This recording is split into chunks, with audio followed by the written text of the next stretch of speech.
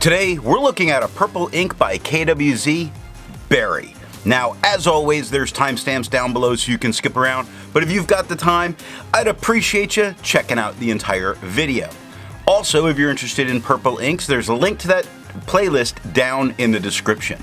Hi, I'm Adam, and I'm an ink guy. I get inks, test them, and share the results with you. Now, let's take a look at 90 GSM Clairfontaine. No bleeding, no ghosting. The 1.1 has no feather spread, halo sheen, no shade. The extra fine is quite a bit lighter than the stub with no feather spread, halo sheen, some decent shade spots. Look at how brown goes darker to lighter. Quick goes lighter to darker, over goes light to dark, very nice, 15 seconds to dry.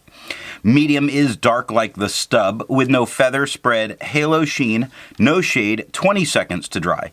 Now the scrubby for both don't show a ton of color variation. It's much better in the extra fine, and the smear test, you could probably recover it if you smeared while you were writing.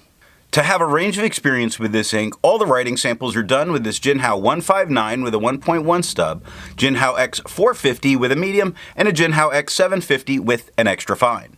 Then, a Pelican M1000 with a medium nib was inked up, used for a day, and used to take the notes for this video. Now, the second writing sample is done on 52 GSM Tomoe River. We have no bleeding, minor ghosting, very minor. The 1.1 has no feather spread, halo sheen, or shade. The extra fine is quite a bit lighter than the stub with no feather spread, halo sheen, no shade, and 22 seconds to dry.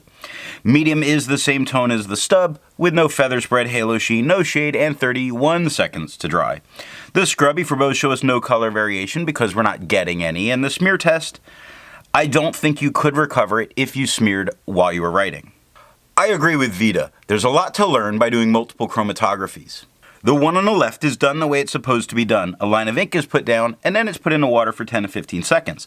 And we see this very nice turquoise that's pushing its way up, mixing with a magenta up at the top, which is what's giving us a very nice purple tone. The one on the right is let dry for 10 minutes before it's dunked in the water. Now, both of them show this line at the bottom, but this one shows much more of a line, which really makes me feel it's going to have the resistant part right there. It pushes its way up, and that blue is mixing much more with the magenta where you're not seeing it, you're just seeing the purple. Where if you look back on the first one, you see a very strictly magenta line right about at the center, which shows that that's not a purple tone, that's a mix of that turquoise and magenta. Very interesting. The next writing sample is done on 80 GSM Rhodia dot pad. We have no bleeding, no ghosting. The 1.1 has no feather spread, halo sheen, or shade. The extra fine is just a little lighter than the stub with no feather spread, halo sheen, no shade, and 17 seconds to dry.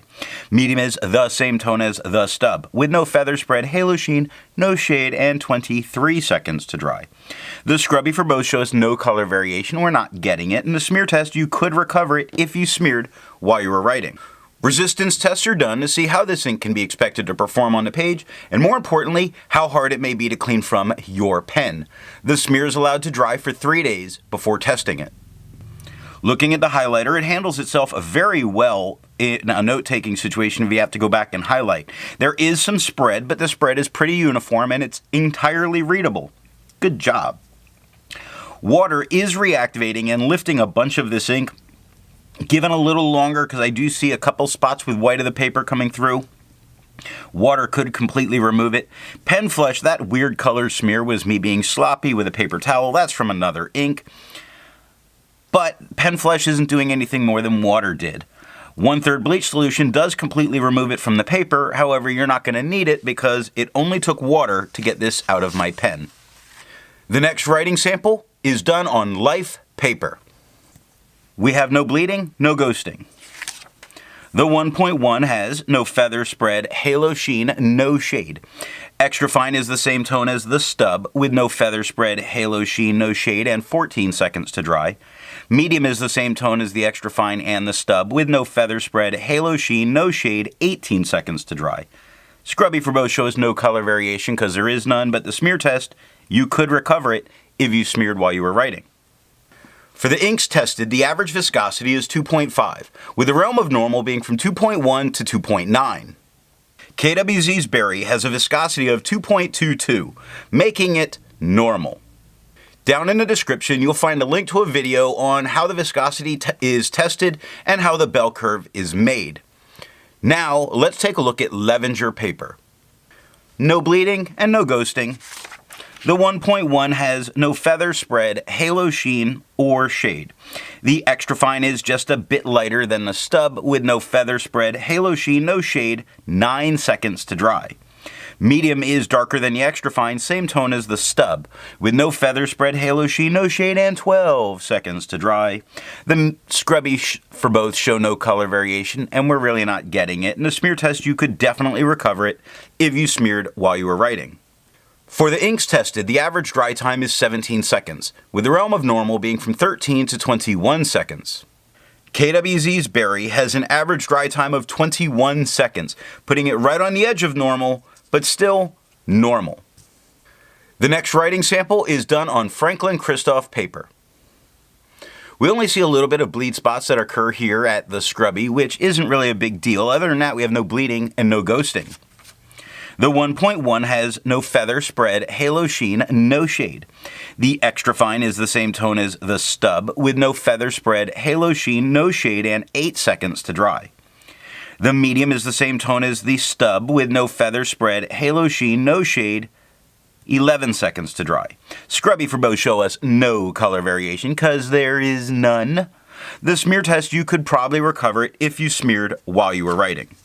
Instead of finding inks that look like KWZ's Berry, I would prefer to find an ink that complements its color on the page.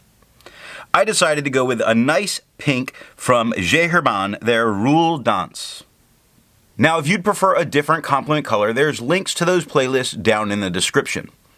So what do I think of KWZ's Berry? This is a nice darker purple with very little shading, but some tone variation by pen. This is a thick ink, which is what I think kills its shading. It levels out, decreasing as it's drying. It's got a longer dry time, even though it's within that realm of normal. So what nib and pen will give the best writing experience with this ink? I really prefer its much darker tones. Even though it doesn't have the shading, it maintains its purpleness in its darkest tones. And for that, I would go with a wet fine or a very wet broad to really get the most out of that darkest tone here. I hope you got something out of this video, and the next one is going to be on Roher & Klinger's Alt Goldgrün.